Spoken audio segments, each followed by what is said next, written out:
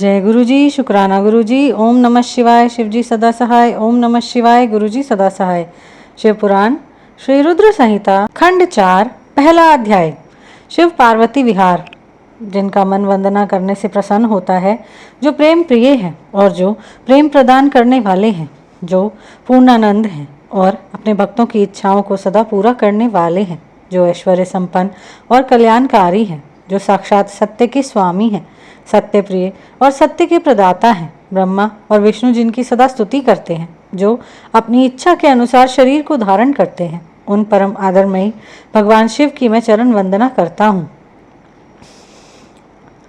मुनि श्रेष्ठ नारद जी ने ब्रह्मा जी से पूछा, हे ब्राह्मण, आप समस्त देवताओं और प्राणियों का मंगल करने वाले हैं। हे भगवान, आप मुझ पर कृपा करके यह बताइए कि देवाधिदेव करुणा निधान भगवान शिव तो अत्यंत शक्तिशाली और समर्थ है, फिर भी जिस अभीष्ट फल की सिद्धि के लिए उन्होंने गिरिजा नंदिनी पार्वती से विवाह रचाया था, हे भगवान, आप मुझ पर कृपा करके यह बताइए कि देवाधिदेव करुणा निधान भगवान शिव तो अत्यंत शक्तिशाली और समर्थ है, फिर भी जिस अभीष्ट फल की सिद्धि के लिए उन्होंने गिरिजा नंदिनी पार्वती से विवाह रचाया था, क्या वह पूर्ण हुआ? उन्हें पुत्र की प्राप्ति कब और कैसे हुई?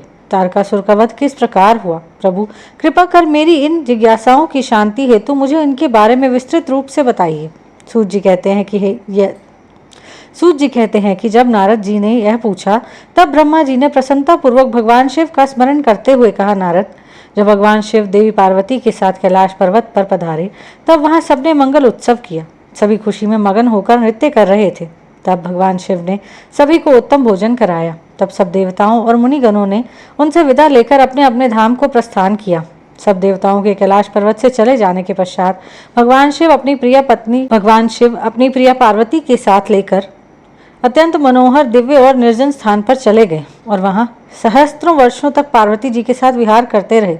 इस प्रकार भगवान शिव ने इतने अधिक समय को क्षण भर के समान व्यतीत कर दिया। इस प्रकार समय तीव्र गति से व्यतीत होता जा रहा था, परंतु भगवान शिव का पुत्र अब तक उत्पन्न नहीं हुआ था। यह जानकर सभी देवताओं को मन ही मन चिंता सताने लगी।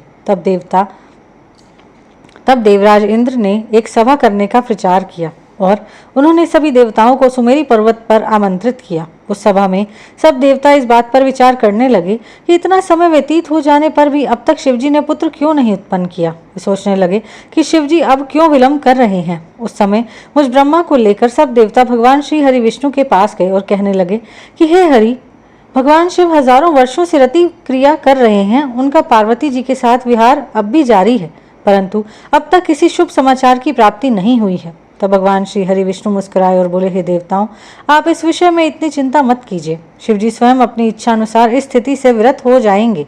वैसे भी हमारे शास्त्रों में इस बात का उल्लेख है कि जो व्यक्ति स्त्री पुरुष का वियोग कराता है और उसे हर जन्म में इस वियोग को स्वयं भी भोगना पड़ता है। अतः अभी कुछ भी नहीं करना चाहिए। कुछ समय और व्यतीत हो जाने दो। अभी हमें सिर्फ प्रतीक्षा करनी होगी। कुछ देर सोचने के पश्चात श्री हरि ने पुनः कहा, 1000 वर्ष बीत जाने पर आप सब लोग शिवजी के पास जाना तथा कोई युक्ति लाकर ऐसा उपाय करना कि उनका शक्तिपात किसी भी प्रकार से हो जाए। उसी शक्ति से हमें उनके पुत्र की प्राप्ति हो सकती है। परंतु इस समय आप सब देवता अपने अपने धाम को चले जाएं। भगवान शिव को अपनी पत्नी पार्वती के साथ आनंद पूर्वक विहार करने दें। सब देवताओं को समझाकर श्री हरि वैकुंठ धाम को चले गए। श्री हरि के चले जाने के उपरांत सब देवताओं ने अपनी चिंता त्याग दी और प्रसन्नता पूर्वक अपने अपने धाम चले गए। समय अपनी गति से बीतता गया, परंतु शिवजी का पुत्र नहीं हुआ। तारकासुर का भय और आतंक का साया दिन पर दिन और बढ़ने लगा। देवताओं सहित ऋषि मुनियों और साधारण मनुष्यों का जीवन उससे दूभर कर दिया था। तारकासुर के डर से पृथ्वी कांप उठी तथा तब श्री विष्णु जी ने सब देवताओं को बुलाया और भगवान शिव के पास चलने के लिए कहा।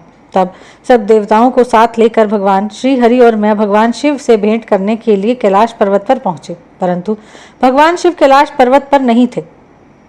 उनके गणों से जब हमने महादेव जी के विषय में पूछा तो उन्होंने बताया कि भगवान शिव माता पार्वती के साथ उनके मंदिर में गए हैं। तब श्री हरि ने शिव गणों से उनका पता पूछा। तत्पश्चात हम सब उस स्थान पर पहुंचे जहां त्रिलोकीनाथ भगवान शिव अपनी प्रिया के साथ निवास कर रहे थे।